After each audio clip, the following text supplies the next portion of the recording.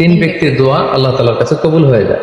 এই দোয়া আল্লাহ কখনো ফিরিয়ে দেন না। এর মধ্যে একটা দোয়া হচ্ছে দাওয়াতুস সাইম, রোজাদারের দোয়া আল্লাহ কখনো ফিরিয়ে দেন না।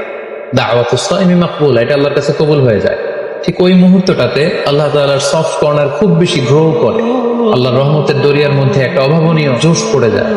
আল্লাহ তাআলা এই দৃশ্যটাকে খুব দেখতে পছন্দ করে যে বান্দা সামনে খাবার নিয়ে বসে আছে, শরবত নিয়ে, পানীয় নিয়ে বসে আছে, ক্ষুধায় তৃষ্ণায় সে জর্জরিত, সে চাইলেই সামনে থেকে নিয়ে মুখে তুলে খাবারটা খেতে পারে, কিন্তু সে আমার ভয়ে খাচ্ছে না।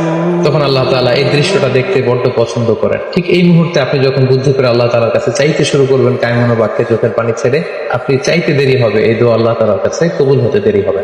তাই এই ভুলটি যেন আমরা না করি, এই বরকত যেন আমরা মিস না করি। প্রতিদিন খেয়াল করে ইফতারের পূর্ব মুহূর্তে দোয়া করুন। আপনার কি চাহিদা, আকুতি মিনতি আল্লাহর কাছে আছে, আপনি পেশ করুন।